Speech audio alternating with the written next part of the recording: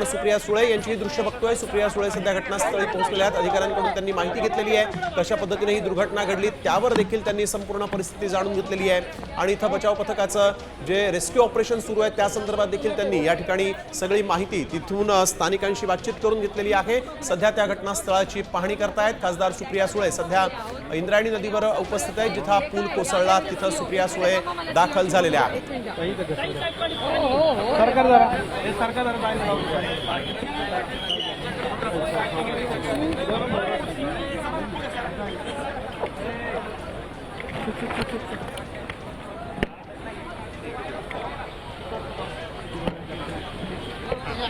इंद्रायणी नदीवरचा हा पूल कोसळला आहे। आज दुपारची ही दुर्घटना आपण बघतोय आणि आता मात्र इथं सुटकेचा त्रास।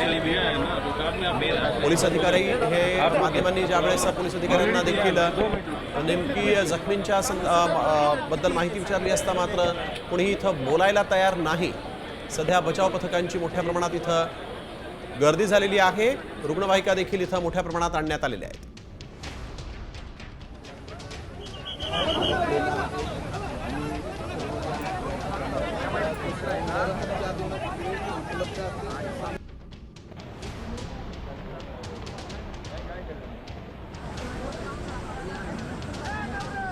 तर हे दृश्य आपण बघतोय, यावेळेस रेस्क्यू ऑपरेशन सुरू करण्यात आलेलं आहे।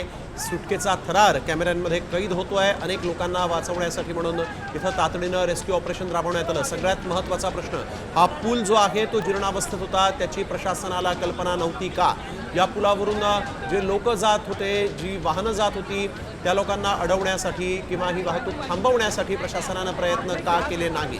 प्रशासन जे आहे ते निष्काळजीपणा का करत होतं? डोळे झाकून प्रशासन का बसलं होतं? इथं जर कधी पर्यटक येतात तर मात्र पर्यटकांच्या सुरक्षिततेच्या दृष्टिकोनातून कोणत्या उपाययोजना इथं राबवण्यात आल्या होत्या? यहाँ पे जो आपको छोटा सा ब्रिज दिख रहा है वो यहाँ के फार्मर लोगों को जाने आने के लिए, पैदल जाने आने के लिए इसका पूरा 30 साल पहले अरेंजमेंट किया था। लेकिन यहाँ पे ज़्यादा पर्यटक लोग, टू व्हीलर वाले लोग उसके बीच में आके जिस टाइम आने का टाइम हुआ था वो पूरा इकट्ठा 100-150 लोग आने के बाद उसके ऊपर ज़्यादा लोड होके नीचे फैल गया है।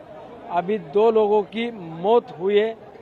बचाव कार्य यहाँ पे एनडीआरएफ का, पिंपरी चिंचवड पुणे कॉर्पोरेशन का पूरी तरफ से यहाँ पे सहयोग है। तर अतिशय धक्कादायक अशा पद्धतीचा हा सगळा अपघात म्हणावा लागेल। इंद्रायणी नदीवरचा हा पूल जो आहे तो कोसळला आणि यावेळेस या पुलावर जे लोक होते ते या नदीमध्ये धडाधड कोसळले। वाहनं जी आहेत, दुचाकी ज्या आहेत त्या इथून नेण्याचा प्रयत्न करण्यात आला होता, त्या दुचाकी देखील कोसळल्या आणि इथं मोठी दुर्घटना घडलेली आहे। 20 ते 22 लोक वाहून गेलेले आहेत। तर आतापर्यंत 4 ते 6 जणांचा मृत्यू झाल्याची देखील शक्यता आहे। यावेळेस एक अतिशय धक्कादायक अशी ही बातमी आपण बघतोय।